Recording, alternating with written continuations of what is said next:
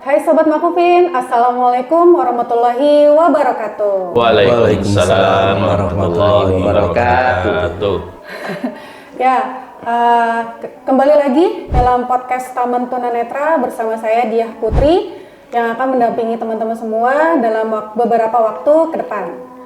Wah, hari ini kita spesial nih. Acara podcast kita pada hari ini dalam rangka menyambut Milad Makufin yang ke-42. Alhamdulillah nih, Makufin udah 42 tahun ya. Ternyata sudah cukup berumur nih Makufin. Kayak gitu. Nah, kali ini kita kedatangan tamu yang spesial juga. Luar biasa dalam perjuangannya membangun Yayasan Rodatul Makufin. Untuk itu langsung kita sapa aja ya. Assalamualaikum warahmatullahi wabarakatuh, Pak Ade, Pak Ngatijo, Pak Akrom. Waalaikumsalam warahmatullahi wabarakatuh. Apa kabar Pak Putri? Alhamdulillah sehat ya, Pak. Alhamdulillah sehat. Ya, terima kasih nih untuk kedatangannya di podcast Taman Tunanetra. Tentunya kita dalam beberapa waktu ke depan ya, Pak Ade, Pak Ngatijo, Pak Akrom. Saya akan mendampingi teman-teman semua untuk kira-kira gimana sih sejarah Makufin gitu. Nah itu nanti kita akan bahas bersama-sama dengan Pak Ngatijo, Pak Akrom, dan Pak Ade Ismail. Baik, teman-teman Sobat Makufin, nah kita sapa dulu mulai dari Pak Ngatijo ya. Pak Ngatijo. Pak Ngatijo sebagai apa Pak dia yang Ketua Dewan Pembina. Ketua Dewan Pembina, alhamdulillah. Bapak juga waktu itu guru di Pembina ya, SLB Pembina? Alhamdulillah saya bersama almarhum itu mengabdi sebagai guru SLB Pembina Tekad Nasional yang siswanya itu semua tunanetra, khusus tunanetra. Oke, dari tahun berapa Pak di SLB Pembina Pak? Saya di SLB Pembina itu untuk menjadi guru itu dari tahun 86. Sampai terakhir pensiun 2021. 2021. Ya. Bertemu dengan Pak Halimnya tahun berapa Pak? Ya sekitar 86 itu sudah ketemu, insya Allah beliau sudah. Oke, sudah ketemu dengan Pak Halim Soleh ya. Insya Allah ya, almarhum Pak Halim Soleh. Kita lanjut ya, Pak Ngatijo, Pak Akrom. Iya, Mbak Putri. Alhamdulillah, makasih banyak nih Pak Akrom. Sama-sama, terima kasih atas undangan dari podcast kawan Taman Tunanetra. Iya, alhamdulillah terima kasih. Pak Akrom, Sobat Makufin, Pak Akrom ini adalah menantu dari pendiri Yayasan Rodatul Makufin, Pak Halim Soleh, dan beliau juga pembina juga ya Pak? Alhamdulillah diamanahkan menjadi pembina Rodatul Makufin. Masya Allah, berjuang. Pak Akrom, di yayasan sendiri itu dari tahun berapa Pak? Di Yayasan Rodatul Makufin. Jadi kalau mau dirunut sedikit ya, mengulas kilas balik. Sedikit dulu aja. Sedikit nanti ini biar kita pancing dulu ini. Betul. Jadi bergabung di Yayasan Rodatul Makufin itu diawali dari tahun 1998. Waktu itu saya masih sebagai mahasiswa di salah satu perguruan tinggi di wilayah Jakarta Selatan. Secara kebetulan ini dengan putri almarhum Bapak Halim Soleh ini kita satu letting gitu kan. Biasa kalau zaman kuliah satu letting ada kegiatan suka diajak-ajak. Nah ini salah satu yang diajak dalam kegiatan-kegiatan Rodatul Makufin. Begitu Mbak Putri. Masya Allah ya, sampai 2025 sekarang di Pembina. Iya. Terima kasih Mas Akrom. Berikutnya nih Pak Ade Ismail. Siapa yang nggak kenal Pak Ade Ismail? Nah, terima kasih Bu Dia. Gimana Pak Ade? Alhamdulillah sehat. Sehat ya. Pak Ade Ismail jadi ketua yayasan dari tahun berapa Pak Ade? 2012 sampai 2017, kemudian untuk yang kedua di tahun 2023 sampai sekarang. 2025 ya, alhamdulillah. Ya, Sobat Makufin, nah ini orang-orang hebatnya nih di Yayasan Rodatul Makufin yang bisa menjadikan Makufin itu sampai dengan 42 tahun mendampingi santri-santri Makufin, juga para jamaah di majelis taklim. Untuk itu kita akan langsung aja ya, kita tanyakan nih sepak terjangnya, perjuangan beliau-beliau ini nih yang luar biasa kepada Yayasan Tunanetra. Seperti itu, seperti apa sih harapan-harapan mereka juga nanti dalam ke depan untuk perjuangan dari Yayasan Rodotul Makufin sendiri. Baik, yang pertama mungkin saya tanya Pak Akrom dulu mungkin ya. Baik, siap Pak Putri. Jadi Pak Akrom nih, sebagai menantu dari Pak Halim Soleh ya, apa tadi udah disampaikan juga bergabung di Makufin itu dari tahun 98 ya? 98 gitu. Nah, seperti apa sih Pak Akrom ini mengenal sosok Pak Halim Soleh nih? Sebagai mertua, sebagai pendiri yayasan juga kayak gitu. Itu seperti apa Pak? Baik. Kita sedikit mengulas sejarah dulu Yayasan Rodotul Makufin. Yang perlu kita sampaikan kan terlebih dahulu, kapan sih Yayasan Rodotul Makufin itu ada itu kan? Ya, betul. Jadi Yayasan Rodotul Makufin didirikan di tahun 1983, tepatnya di tanggal 26 November ya Mbak Putri. Ya. Berawal dari almarhum yang juga sebagai sosok seorang tunanetra yang memberikan inspirasi insya Allah untuk generasi kita pada masa sekarang, itu prihatin terhadap masyarakat khususnya tunanetra yang pada saat itu belum banyak tersentuh oleh pemerintah maupun masyarakat. Latar belakang itulah yang kemudian beliau bersama dengan teman-teman almarhum, insya Allah masih ada beberapa yang mungkin di satu kesempatan nanti bisa kita berikan sumber beritanya Mbak Putri. Dengan kawan-kawan almarhum itu sepakat untuk mendirikan satu yayasan yang khusus untuk memberikan perhatian secara khusus kepada teman-teman atau masyarakat yang memiliki kelebihan tunanetra. Nah, itulah barangkali latar belakang berdirinya Yayasan Rodotul Makufin. Seiring dengan berjalannya waktu, tentu kalau kita mau kupas sejarah itu amat sangat detail dan panjang Mbak Putri. Tetapi singkat cerita gitu, perjalanan beliau itu kegiatannya dari satu rumah ke rumah lain, dari satu tempat ke tempat lain untuk menjemput bola gitu kan, seperti itu. Jadi mendatangi komunitas-komunitas tunanetra yang ada pada saat itu dengan istri almarhum. Kita sebut istri almarhum itu memang punya peran khusus terhadap perjuangan almarhum Ibu Hajah Bariroh, dan alhamdulillah sampai sekarang Ibu Hajah Bariroh itu masih dalam kondisi yang sedang tidak sehat. Nah, itulah yang membersamai perjuangan almarhum dari mulai berdirinya Yayasan Rodotul Makufin hingga akhir hayat almarhum. Kemudian perjalanan waktu tentu banyak sekali kemajuan-kemajuan yang didapat oleh Yayasan Rodotul Makufin, dari kegiatan satu rumah ke rumah lain, dari diundang dari satu lembaga ke lembaga lain, hingga akhirnya Yayasan Rodotul Makufin mendapatkan hibah tempat untuk kegiatan yayasan tersebut, yaitu berada di Jalan Kertamukti nomor 70 Ciputat. Di Ciputat itulah yang itu mulai dari tahun 1992. Ketika itu saya teringat, memang kadang suka dengar cerita istri saya kebetulan pada saat itu kan masih di pendidikan di luar daerah ya, di pesantren. Jadi almarhum itu ya kadang suka jenguk anaknya di pesantren yang jauh dari Jakarta kan, karena tepatnya di Jawa Timur.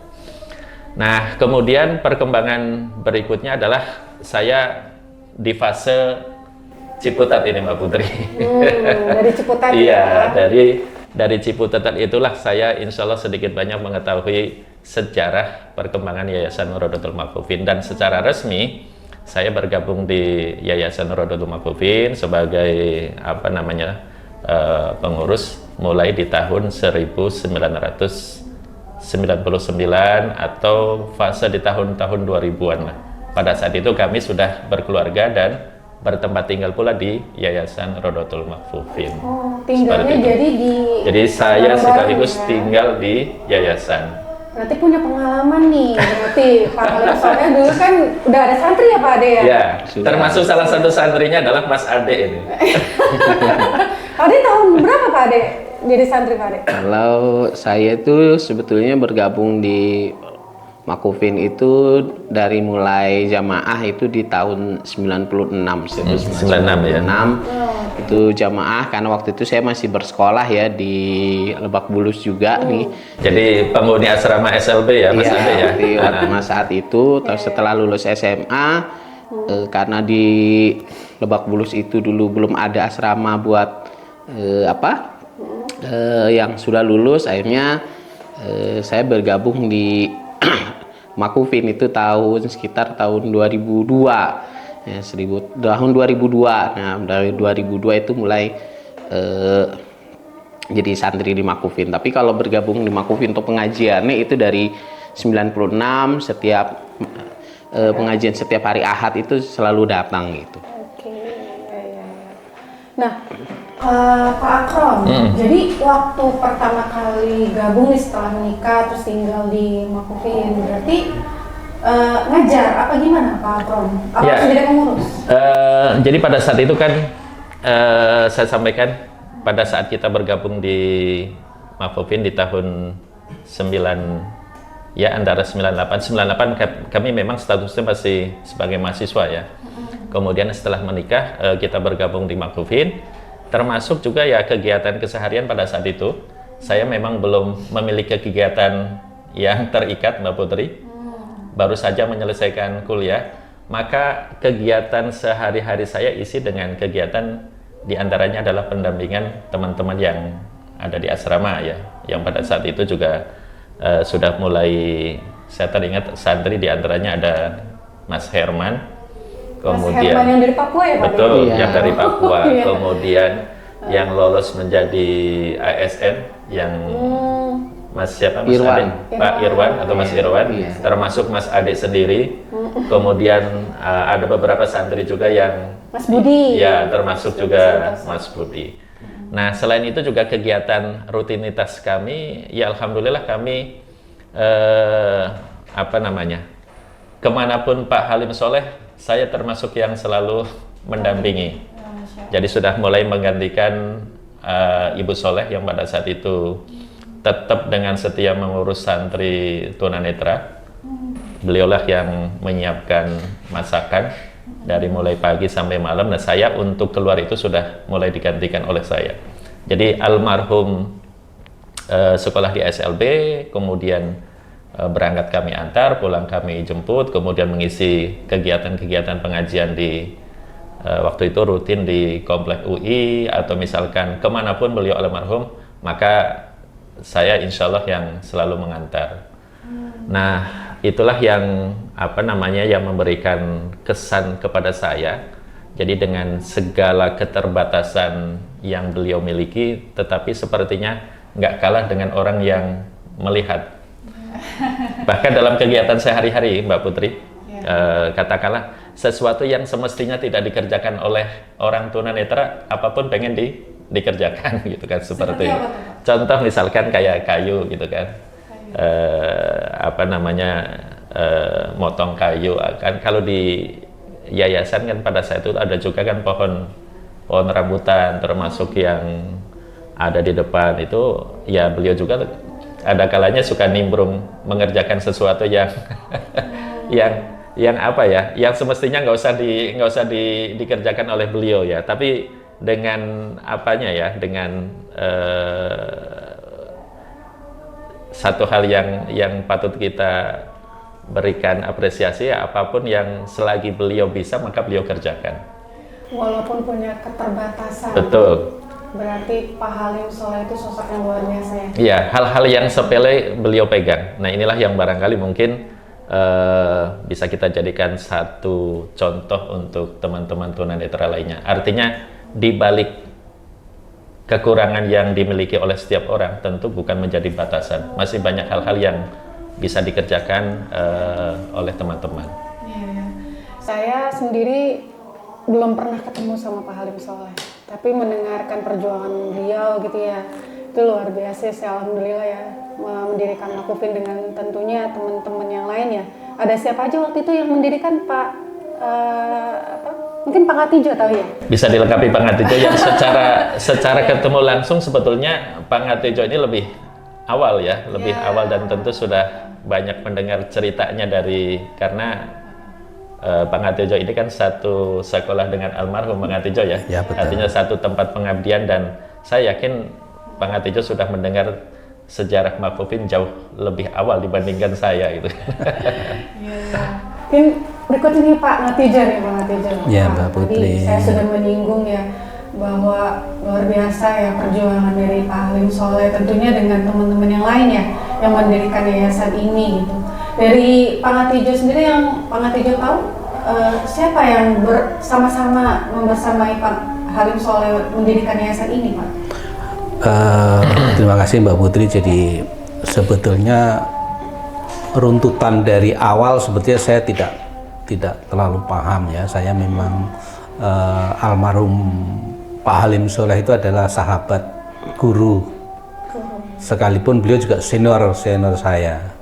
Nah pada saat itu memang yang membersamai almarhum untuk berjuang di Yayasan Rodatul Mahfupin itu yang saya kenal antara lain Pak Bambang Basuki, itu adalah juga guru SLB juga di Lebak Bulus, yang beliau sekarang masih aktif di Mitra Netra, juga masih di yayasan yang bergerak di teman-teman yang memiliki hambatan penglihatan juga. Kemudian yang saya kenal juga almarhum Pak Joni Watimena, Pak Ahmad Joni Watimena, yang kira-kira baru setahun yang lalu ya itu meninggalkan kita semua ya, berarti 2 tahun yang lalu. Kedua itu yang mereka, tapi menurut cerita adalah masih ada beberapa orang sebetulnya, tetapi yang paling aktif adalah tiga itu yang paling aktif, trio itu. Jadi mungkin seperti itu Mbak Putri, tentang pergerakan Yayasan Rodatul Mahfupin ini menjadi sampai seperti ini. Alhamdulillah ya Pak. Alhamdulillah. Dan kalau dari Pak Ngatijo sendiri nih, mulai bergabung di Yayasan Rodatul Mahfupin itu dari kapan Pak? Jadi begini, pada saat masih almarhum Pak Halim Soleh itu beliau masih ada, masih berjuang. Memang saya secara langsung saya belum bergabung, tapi tentang Yayasan Rodatul Mahfupin memang sudah tahu. Saya bergabung itu setelah almarhum meninggal. Kemudian teman-teman almarhum tadi, Pak Bambang dengan Pak Ahmad Joni Watimena itu menemui saya, Mbak Putri. Jadi intinya adalah mengajak untuk melanjutkan Yayasan Rodatul Mahfupin setelah pendiri utamanya Pak Halim Soleh adalah sudah mendahului. Itu tahun 2024 Mbak Putri. 2024 ya? Ya, jadi Pak Halim Soleh itu sekitar bulan 4, tanggal 4 bulan 4 2004 meninggal. Setelah selesai, kira-kira ya selesailah kemudian saya sih ditemuin oleh beliau berdua, Pak Bambang Basuki dan Pak Ahmad Joni Watimena. Tapi pada saat itu belum saya terima Mbak Putri. Kenapa Pak? Mikir-mikir. Ya, saya minta waktu karena ini kan sesuatu yang amanah ya. Jadi saya tentu bukan berarti saya gitu. Saya bicarakan dulu dengan keluarga karena pasti ke depan akan menyita banyak. Apakah itu waktu, apakah pikiran gitu ya, pasti akan menyita banyak. Dan terutama waktu itu ya, waktu kan paling sering dikatakan. Dan saya dengan istri saya bilang, alhamdulillah kita sudah diberikan, kalau untuk dunia insya Allah Allah sudah memberikan pada kita karena saya dan istri sudah PNS. Sama-sama di SLB Pembina ya Pak? Bukan, istri saya di SLB Negeri 1-nya Mbak Putri. Jadi istri saya itu di tunarungunya, saya di tunanetranya. Kemudian alhamdulillah istri saya menyetujui, mendukung, dan baru hari berikutnya atau beberapa hari berikutnya saya ketemu kedua beliau itu dan insya Allah saya bersedia. Ya, kemudian setelah beberapa hari kemudian kita kumpul di Kertamukti, ya di Ciputat sama Pak Bambang, keluarga waktu itu ada. Tapi waktu itu saya lupa ya Mas Akram ya, tapi Mbak Ema, Ibu ada, Pak Bambang, Pak Joni, kemudian untuk melanjutkan itu tentu harus dibentuk sebuah kepengurusan. Betul. Urusan pada saat itu Pak almarhum Pak Nurkholik itu menjadi ketua. Kemudian ada sahabat kita yang sekarang sudah nggak ada, itu Ismail siapa ya Pak? Prawira. Ismail Pramira, ya betul. Yang beliau sekretaris dan saya diamanai menjadi bendahara Mbak Putri. Dan Mas Ismail itu waktu ada saat itu masih mahasiswa, tetapi sudah punya karya membuat autobiografinya Pak Marzuki Usman. Ya, dan beliau sekretaris, saya bendahara dan 2024. Tapi pada saat itu juga karena Pak Bambang itu tahu persis tentang bagaimana yayasan, itu sudah mewanti-wanti Mbak Putri. Karena ini pengurusan ini masih aturan lama, supaya diadopsi Undang-Undang Nomor 16 2001 yang disempurnakan di 28 2024 itu yayasannya terus menyelesaikan diri. Jadi pesannya Pak Bambang. Ya, pesannya Bambang. Ya, terus harus segera gitu ya. Yang tadinya hanya strukturnya itu hanya ketua, sekretaris, bendahara dan tentu boleh itu menjadi ada 3 unsur. Ada unsur pembina, ada unsur ketua pengurus dan ada unsur pengawas. Tapi dari 2024 itu belum bisa Mbak Putri untuk karena pada saat itu memang pertama keterbatasan personal. SDM. Kemudian yang kedua yang jelas kita memang mempersiapkan yang lain-lain, jadi untuk menjalin jaring dan lain sebagainya untuk mempersiapkan itu. Kemudian pada saat itu sudah ada ini Mbak Putri, file Al-Quran Braille yang dirintis oleh almarhum. Yang tahun berapa itu Pak?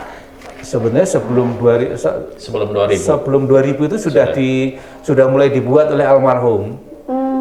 Dan yang mengerjakan tuh ya antara lain teman-teman saya di guru SLBA.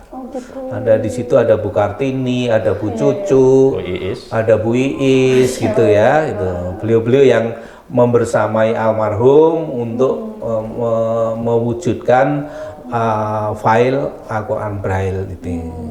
Nah, alhamdulillah udah jadi. Kemudian ada beberapa yang memberikan pada saat itu ada printer yang tipis-tipis itu ya ada itu ya, ada bantuan, tapi akhirnya di luar Dari Bu Ainun. betul.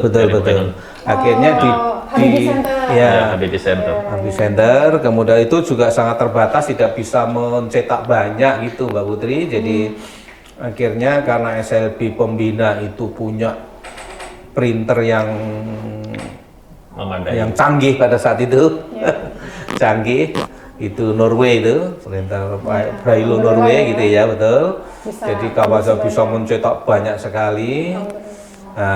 Ada ide untuk meminjam. Pada saat itu meminjam, tapi bahasanya meminjam, tapi selama dipakai ya sudah dipakai saja gitu. Diberikan pinjaman satu printer Braille 400 yang bisa mendukung pada saat itu. Kalau nggak salah waktu itu pernah ada cetak 1000 set Al-Quran Braille ya Pak? Betul, itu berapa? tahun 2027 Mbak Putri, udah 2027. 2007 maksudnya? Ya, 2007 itu sudah dari Kemenak sudah mencetak 1000 set Al-Quran. Sedikit nambahin Penghati Jo. Iya. Jadi proyek penulisan Al-Quran itu memang betul dimulai dari semenjak almarhum masih ada ya. Ya, oh iya, Ya. betul. Yang masih. pertama saya masih teringat juga, jadi ketika setiap habis asar tadi yang disebutkan oleh Pak Ngatijo, beliau-beliau yang berkontribusi awal terhadap memasukkan data Al-Quran ke database itu ya tadi Bu Iis, Bu Kartini, Mbak Emma, kemudian Mas Zainal. Oh iya, Mbak Zainal, saya lupa. Jadi Ya, betul termasuk Mbak Zainal. sesekali saya juga yang memegang Al-Quran awasnya. Jadi ada beberapa Al-Quran Braille. Iya. Kemudian Mas Zainal yang input ke dalam komputer. Kemudian Al-Quran awas pun harus ada juga yang melihat gitu kan, seperti itu. Bahkan Bu Bariroh pun ya dilibatkan juga. Nah, itulah yang fase yang kemudian memasukkan data Al-Quran itu cukup lama. Karena memang prosesnya itu tidak dilaksanakan dalam waktu, misalkan kita target setiap hari itu enggak, tetapi justru kita mengambil waktu-waktu luang di antara mereka-mereka itu, beliau-beliau itu mengajar. setelah tugas utama mengajar ya. Betul. Hingga akhirnya kemudian mendapatkan tanda tasqih dari Kemenak. Departemen Agama gitu kan. Sampai akhirnya kemudian proses launchingnya itu tidak terlepas juga kaitannya dengan Ibu Menteri Peranan Wanita, Ustazah Tuti Alawiyah. Tuti Alawiyah. Itu dilaksanakan di kampus Universitas Islam Asy-Syafi'iyah. Itu kalau nggak salah di tahun 2000 itu. 2000 sekian ya, 2001 atau 2002. Sejarahnya Sejarah awalnya. Oh, Masya Allah. Itu launching ya, launching awal Al-Quran Braille itu seperti itu. Itu makanya Makufin punya master file Al-Quran Braille ya Pak?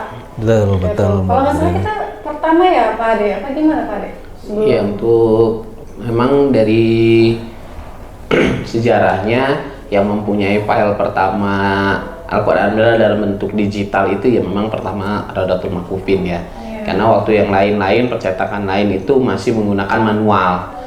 Ya, masih namanya sengklip ya, semacam seng itu tulisannya itu ditaruh di papan plat, nah itu di press. Nah, itu memang cukup lama pengerjaannya. Baru di tahun 2000 launching itu Raudatul Makufin yang pertama mempunyai file yang sudah dalam bentuk digital ya. Tahun berapa berarti 2021 ya? 2000-an, sekitar 2000. Launchingnya 2000 tadi. Tahun 2000 launching. Terus berlanjut ada cetak 1000 set dari Kemenak tahun 2007 berarti ya Pak ya? Ya, betul. Dengan file 2027 itu juga tidak bisa hanya satu mesin Mbak Putri. Jadi pada saat itu untuk menyelesaikan kerjasama dengan SNB Pembina juga. Karena di sana mesinnya masih banyak, masih ada 10 berapa gitu, jadi teman-teman ikut berpartisipasi pada saat itu. Betul. Jadi mungkin bisa saya lanjut Mbak Putri. Jadi baru tahun 2012 Mbak Putri. Baik. Alhamdulillah pesan dari para pendiri tadi Pak Bambang dan Pak Joni itu baru bisa dilaksanakan, menyesuaikan Undang-Undang 16 2001 yang disempurnakan di 28 2024 tentang yayasan. kita bisa ke notaris, dan itulah menjadi secara resmi pemerintah sebelumnya dari 83 tadi Mas Akrom bilang tadi, tapi untuk menyesuaikan undang-undang baru tadi di tahun 2012. Legal formalnya Pak ya? Iya, formalnya, legal formalnya itu nomor 7, tanggalnya itu 21 Maret. 21 Maret 2012. Betul. Alhamdulillah kalau nggak salah juga Mas Ade sendiri sudah tadi SDM-nya sudah didukung. Ada Mas Ade, ada Mbak Putri sendiri, ada Mas Budi, Mas Rafiq. ada Mas Rape. Nah, ini tenaga muda yang handal. Nah, pada saat itu alhamdulillah, dan karena dalam struktur kepengurusan yayasan itu harus ada 3 unsur, ada pembina, ada pengurus, dan pengawas. Maka dari diskusi pendiri pada saat itu Pak Joni itu memutuskan untuk kami bertiga, almarhum Pak Nurkolik, almarhum Pak Joni, dan saya itu menjadi pembina. Kemudian pada saat itu ketuanya Mas Adi Ismail, sekretarisnya Mas Rape, bendahara Mbak Putri, pengawas Mas Budi, betul. kemudian Mas Akrom, Iya. dan ada Pak Haji Muhi. Pak Haji Muhi. Alhamdulillah udah SDM-nya sudah tertata. Alhamdulillah ya, Ya, Pak. Jadi mulai pembina tuh ya, tahun 2012. 2012 dan Pak, dan itu sistemnya adalah 5 tahun harus diperbarui Mbak Putri, sehingga masa kepengurusan itu adalah 2012 sampai 2017. Alhamdulillah itu sudah mulai tertata Mbak Putri. Artinya yayasan itu sudah terbentuk, sudah mulai dirintis dari segi anggaran dasar, anggaran rumah tangganya, kemudian sudah mulai mencoba-coba petunjuk operasional, dan terakhir ada peraturan yayasan. Dan yang lebih, pada saat Pak Ade jadi ketua yayasan, itu tahun 2016, itu tadi peran saya ya Pak Putri ya. Dan saya pembina sekaligus sebagai bidannya untuk membidani sekolah Mbak Putri. Sekolah khusus kalau di Banten itu, tapi kalau di luar Banten namanya sekolah luar biasa. Jadi sekolah khusus tunanetra. Kemudian saya ditambahin lagi berdasarkan diskusi-diskusi, itu ditambahin sekolah khusus Islam terpadu, karena menterpadukan antara sekolah formal dengan pesantren. Jadi konsepnya adalah boarding. Jadi pagi belajar, kemudian sore, malam itu diisi dengan kegiatan-kegiatan kepesantrenan, terutama tahfiz. Ya, tahfiz. Jadi berdirinya sekolah tahun 2016 ya. Ya, betul. Dan saya menemani teman-teman gitu, mendampingi teman-teman. Saya sendiri sebagai kepala sekolah. Ya, karena merintis Pak. Ya, karena perintis, karena mencetuskan saya buat kurikulum dan buat teman-teman gitu. Dan tapi hanya nama, kebetulan saya kan guru SLBA pembina di Lebak Bulus, itu kan sekolah yang dikenal. Jadi kalau teman-teman yang di Banten pada saat itu pengawas itu adalah pasti kenal SLB Lebak Bulus. Nah, karena saya sendiri di SLB Lebak Bulus, alhamdulillah ada beberapa kemudahan, karena kebetulan pada saat itu pengawasnya itu adalah teman-teman juga, seperti almarhum Bu siapa Pak ya? Nurul ya? Bupati Nurul, ada Suhara, ada Abah Suhara dan sebagainya, sehingga alhamdulillah dalam waktu yang tidak lama izin operasional pun keluar, dan akreditasi pun pada saat itu juga tidak terlalu sulit, karena menempatin ini ruangannya juga belum terlalu lengkap, masih ruangannya masih di tempat ini, sehingga akreditasi pada saat itu B gitu. Jadi alhamdulillah begitu semuanya sudah jalan, izin operasional, kemudian bisa akreditasi. Alhamdulillah Pak Ade dalam 2017 sudah selesai menjadi ketua, maka dilanjutkan Pak Ade menjadi kepala sekolahnya. Seperti itu Mbak Putri. Jadi Ketua yayasannya? Jadi ketua yayasannya pada 2017 itu Pak Budi Santoso. Pak Budi Santoso. Jadi sebelum COVID almarhum Pak Nur itu meninggal, maka kita sepakat Mbak Putri untuk pembina itu ada 3 orang. Jadi 3 orang. Pertimbangannya kalau 3 orang itu akan kuat, karena artinya begitu dua setuju, yang satu tidak setuju, tentu akan berjalan gitu tanpa harus berdebat yang sulit apapun itu. Alhamdulillah kalau 3 orang itu adalah kuat daripada hanya 1 orang, 2 orang. Saya kira kalau 2 orang udah 1 orang sudah tidak setuju, saya kira juga deadlock gitu. Kalau 3 orang sudah ada kesepakatan bahwa itu adalah sesuatu yang kuat, maka setelah almarhum Pak Nurkolik meninggalkan kita semua, Mas Akrom tentu dengan berbagai pertimbangan menggantikan Pak Nurkolik dari pengawas menjadi pembina. Oh, dari gantikan Pak Nurholik gitu. Betul, gitu. Ya. Kemudian perkembangan juga demi perkembangan, almarhum Pak Joni juga meninggalkan kita semua. Alhamdulillah ada seorang bunda yang luar biasa perannya. Karena dalam pembina itu begini Mbak Putri, jadi pertama adalah pendiri itu bisa menjadi pembina, kemudian orang yang punya peran luar biasa, peran luar biasa itu bisa jadi pembina. Jadi syarat menjadi pembina itu dalam anggaran dasar itu mereka punya kontribusi yang luar biasa.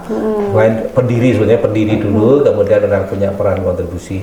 Makanya begitu almarhum Pak Ahmad Joni Watimena meninggalkan kita semua, Bunda Lea Irawan yang sangat punya kontribusi luar biasa di Yayasan Radotel Mahfudin, itu kita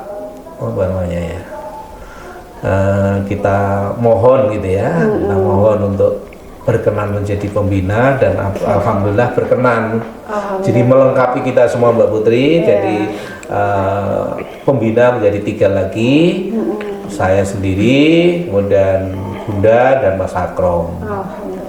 Sebetulnya saya juga tidak pengen menjadi ketuanya gitu Mbak Putri. Jadi Mas Akrom kayaknya masih, karena mungkin karena masih muda bagaimana gitu, jadi beliau ya udah bapak aja yang tua gitu sih. Yang paling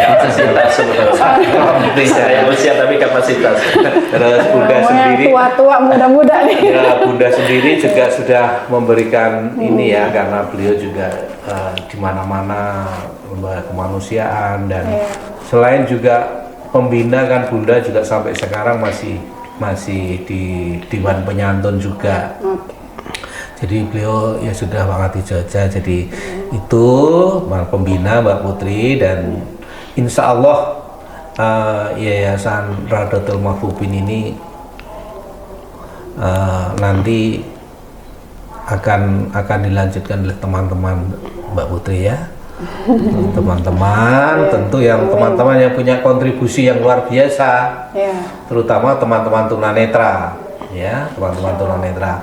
Kalau kami, saya gitu, mungkin Mas Akrom juga, sebenarnya ini sekedar mendampingi ya Mas Akrom ya. Tapi yang punya peran utama adalah teman-teman tunanetra. Jadi teman-teman tunanetra ini menjadi orang yang pelaku utama, kemudian untuk, dari, dan teman-teman tunanetra. Jadi Yayasan Radotel Mahfudin ini harapan saya juga nanti adalah teman-teman tunanetra yang banyak kiprah. Kalau toh harus perlu yang awas, itu mungkin sebagai pendamping saja. Gitu. tetap mendampingi yayasan Pak. Ya kan. Sampai titik darah pengabdian. Ya. Iya Pak, insya Allah. Mudah-mudahan ini Mbak Putri, Allah Ya. Allah sudah memberikan meridhoi. Mudah-mudahan saya tidak harus meninggal gitu ya Mas Sakrom ya. Sebelum itu saya kalau seandainya sudah ada yang siap menjadi pembina nanti Pak Sakrom, biarkan dilanjutkan oleh teman-teman gitu kan. Mas Sakrom masih muda, masih bisa mendampingin. Jadi saya Walaupun juga nggak jaminan. oh nggak jaminan juga. Saya ada di niat di hati gitu Mbak Putri, Mas Sakrom, Pak Ade, Iya, Pak. bahwa nggak usah harus menunggu saya nggak ada, tapi saya berharap sudah ada yang siap untuk menggantikan, sehingga apabila ada sesuatu perlu tanya-tanya, saya masih bisa memberikan. Insya Allah kalau saya bisa, saya masih bisa memberikan. Masya Allah, Pak. Mbak Putri ya, ini harapannya Mbak Putri ya, ini harapan yang sebelum sampai harapan yang lain gitu. Iya, insya Allah, Mungkin di Pak. pembina, harapan khusus untuk pembina. Saya kira itu. Amin, amin ya Allah, semoga harapannya terwujud ya. Ya Pak Ade ya. Ya. Kan Mbak karena- Putri, ini ada satu yang terselip juga ini, apa namanya, story yang belum Ya. berlanjut tadi. Apa tuh? Jadi apa namanya, sejarah Mafhufin itu kenapa sampai kemudian kita berada di Kademangan, kenapa sampai kita berada di Bedug. Gang Haji Rais ini, kami melanjutkan cerita lagi tadi yang terpotong. Jadi pada saat kita sudah berada di Ciputat, itu adalah kebaikan hati seorang Pak Menteri, ya, Pak Munawir Sazali, dan melalui putri beliau, Bapak ketika putri beliau, Ibu Tati Munawir Sazali, bertemu dengan almarhum, kemudian memiliki rasa kepedulian yang luar biasa, sampailah kemudian berita yayasan ini sampai kepada Pak Menteri gitu kan. Nah, rupanya Allah memberikan jalan. Yayasan Rodotul Mafhufin yang tidak punya tempat kegiatan harus dari rumah ke rumah, bahkan di rumah almarhum itu dijadikan sebagai sekretariat, maka kemudian dengan kehendak Allah, Yayasan Rodotul Mafhufin tadi berada di Jalan Kertamukti Ciputat. nomor 70 Ciputat, itu berkat dari Pak Menteri menang pada saat itu. Ya. Nah, kesemuanya memang ada jalannya. Ya. Allah memberikan kesulitan, tapi Allah juga yang memberikan Kemudahan. jalan kemudahan. Ya. Nah, pada saat kemudian aturan pemerintah yang mengharuskan bahwa aset-aset negara, termasuk tanah di dalamnya, yang ditempati atau yang dimanfaatkan oleh non lembaga pemerintah, maka pada saat itu sudah harus mulai meninggalkan tempat gitu kan, seperti itu. Pada saat itulah barangkali Pak Ngatijo yang saat itu sebagai Dewan Pembina pengurus ya, pengurus. merasakan bagaimana pusingnya memikirkan hal ini kan. Iya. Nah, ini tadi yang belum sempat Iya. disebutkan. Betul. Nah, itulah tadi Ibu Bunda Lia yang ternyata memang pada saat itu sudah bergabung dengan yayasan ya Pak Ngatijo. Bukan bergabung secara struktur ya, tetapi sudah mengenal. Betul, sudah berkontribusi sudah mengenal dan sudah berkontribusi terhadap Yayasan Rodotul Mafhufin. Bahkan melalui wasilah sebuah koran harian Jakarta yang ada di berita yang sangat kecil, tetapi dari tulisan yang sangat kecil itu kok sampai kepada Bunda Lia, sampai kepada Bunda Oke gitu ya. Betul. Bunda Oke Hatta Raja, sehingga itulah menjadi Hadir. satu jalan beliau-beliau ini sampai Hadir ke Yayasan Rodotul Mafhufin di Ciputat itu. Nah, singkat cerita, kemudian ketika dalam kondisi yang serba sulit, ya itulah peran Bunda Lia yang luar biasa, seperti tadi yang disampaikan oleh Pak Ngatijo. Melalui wasilah beliau dipertemukanlah dengan Pak Komarudin Hidayat yang pada saat itu adalah rektor UIN. Kemudian dipertemukan juga dengan Pak Marzuki Usman, Marzuki Usman mantan selaku menteri ya. pewakif tempat podcast ini yang sedang kita lakukan. Nah, itu Gedung perlu disebut ini. Ya, ya. Jadi ini adalah tanah wakaf. Tanah wakaf Menteri. Tanah wakaf yang perlu diketahui semua oleh sahabat-sahabat Mafhufin. Mafhufin. Dan kemudian di sini berdirilah Yayasan Rodatul Maqufin dan alhamdulillah sudah menempati tanah wakaf. Alhamdulillah. Nah, tidak sampai di situ, ternyata ketika bahwa pengurus berkeinginan mendirikan SKH, berkeinginan mendirikan pesantren, sampai akhirnya kemudian sudah berhasil membangun sebuah tempat berlantai 2, Pak, ya, yang sekarang ada di sebelah yayasan kita. Ini kita jadikan sebagai tempat usaha yang usaha Maqufin, kita jadikan tempat kontrakan. Maka Allah kemudian memberikan jalan lagi. Ternyata melalui Bunda Lia datanglah seorang alumnya ya, seorang yang dermawan, memberikan fasilitas tanah berikut gedung 2 lantai yang kemudian dijadikan sebagai SKH, Sekolah dan Pesantren. dan kami sampaikan bahwa ya alhamdulillah Maqufin sampai saat ini memiliki aset tanah wakaf, kemudian juga menempati tanah yang insya Allah menjadi tanah wakaf Maqufin untuk SKH dan pesantren, kemudian memiliki 1 unit kontrakan yang terdiri dari berapa kamar, Mbak Putri? 9. 9 kamar ditambah lagi dengan memiliki 1 usaha kontrakan. Iya, Semuanya ini diniatkan untuk membesarkan dan menghidupi Yayasan Rodatul Maqufin. Masya Allah, alhamdulillah. Ini padat nih pokoknya ceritanya ya, luar Daging biasa. semua. Daging semua, pokoknya ingin tahu sejarah Maqufin, pokoknya tonton kita aja di sini.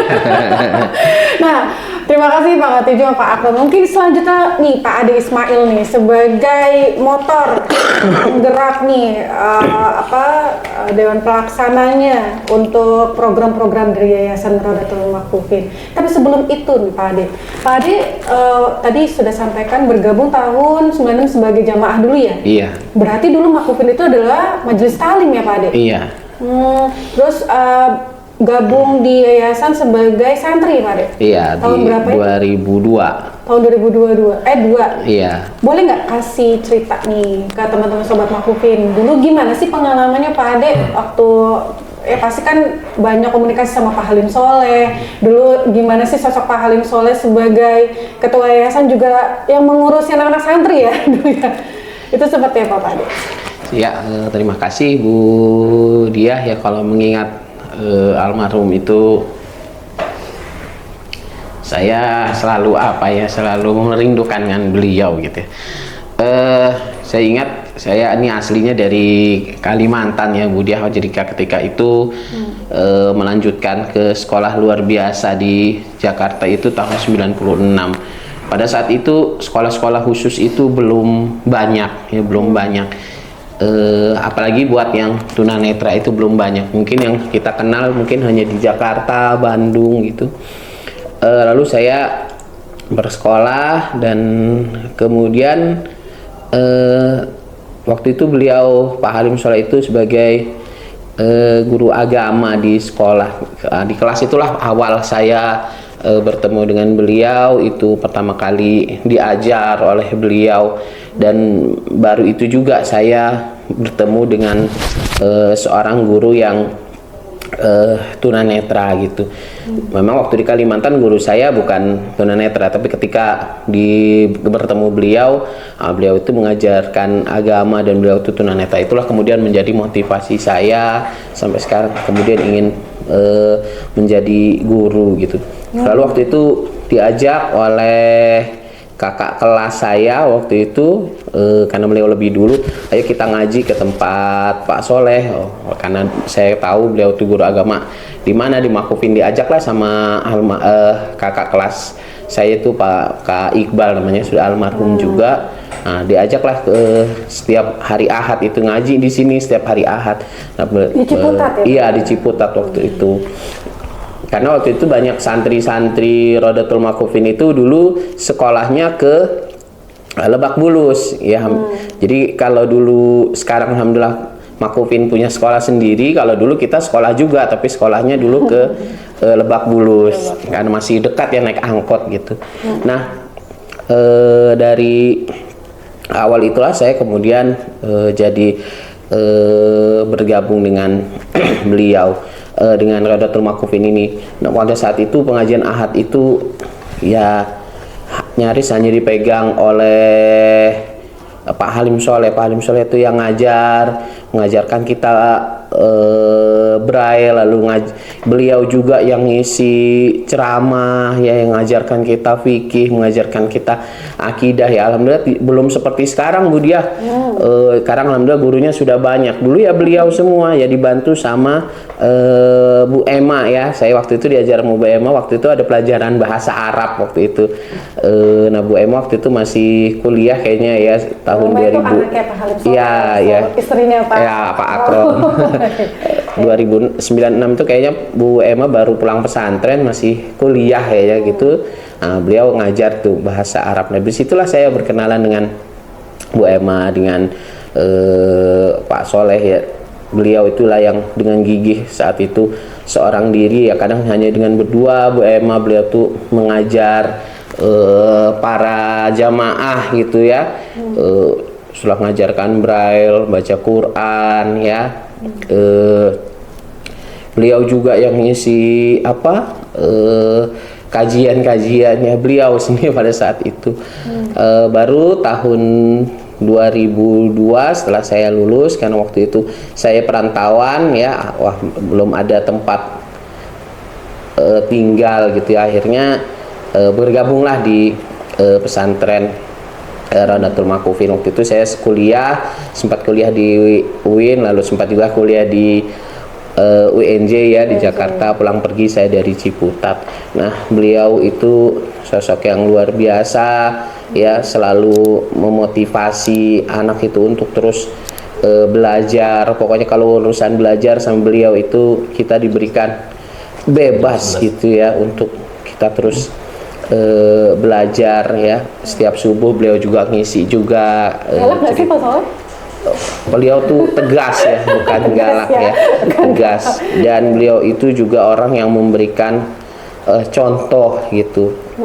Tidak pernah menyuruh aja, tapi beliau tuh selalu mencontohkan ya. Kita tahajud, beliau tuh juga membangunkan, mencontohkan gitu, dan banyak berbagi pengalaman, cerita-cerita. Beliau sangat tegas sekali gitu ya orang, dan tekun. Baru dari itu saya sampai alhamdulillah bisa bertemu dengan almarhum Pak Soleh sampai beliau meninggal. Dan begitu Budi ya, agamanya gabung dengan Makufin ini. Wah, Masya Allah ya Pak Ade. Kayaknya perlu waktu sendiri nih ngobrol sama Pak Ade nih terkait sebagai ketua yayasan nih, seperti apa sih perjuangannya gitu kan. Tadi udah didengarkan juga 2012 ya Pak Ade ya? Iya.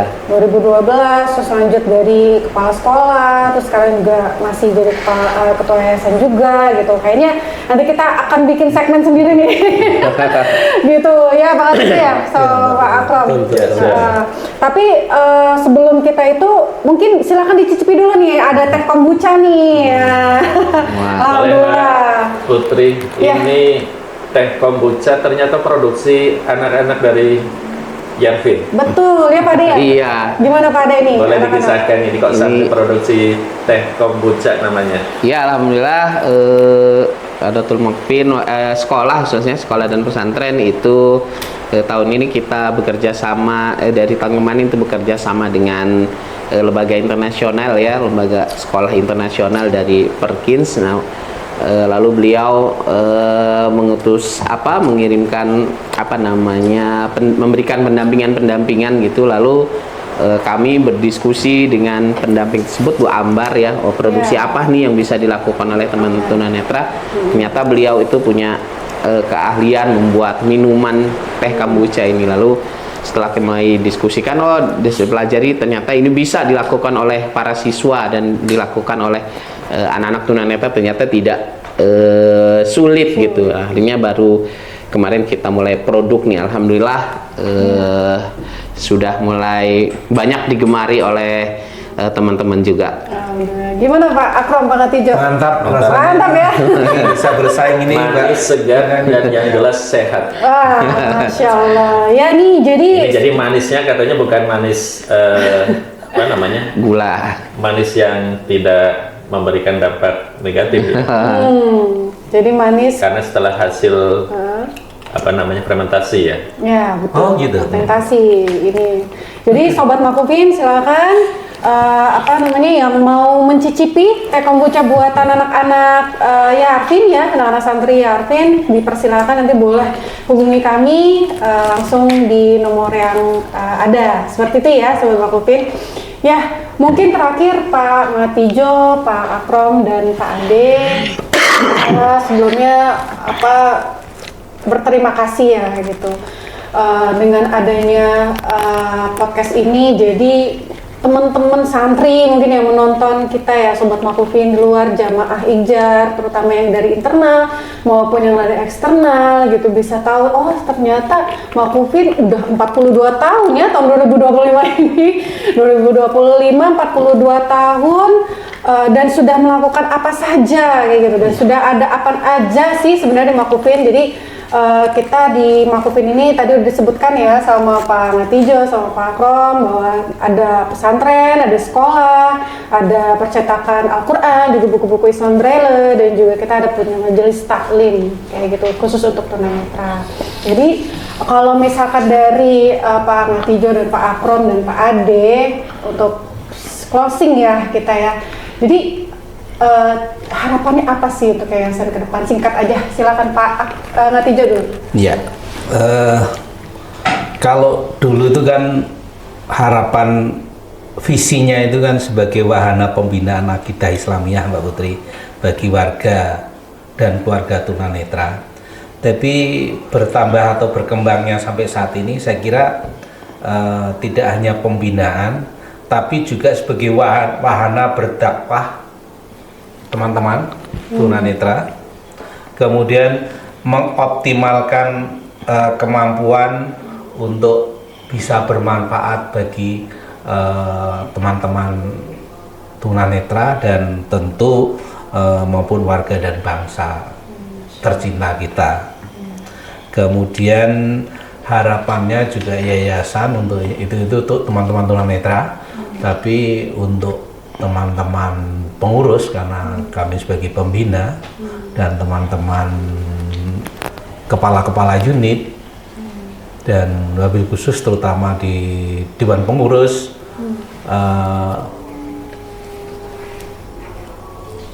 ini sebagai yayasan ini tidak harus bisa mandiri Mbak Putri. Artinya seperti tadi disampaikan Mas Akrom adalah bagian dari memandiri asal lain juga percetakan, kemudian tadi ada usaha kontrakan, mudah-mudahan ada usaha-usaha lain lagi Mbak Putri supaya bisa mendukung keberlangsungan Yayasan Radotul Makufin ini. Jadi itu bisa memberikan kemandirian dari yayasan kita. Kemudian terakhir mungkin Yayasan Radotul Makufin ini sebagai rumah atau taman bagi teman-teman yang itu tunanetra. Saya kira itu closing saya Pak Putri. Terima kasih Pak Ngatijo. Pak Akrom silakan.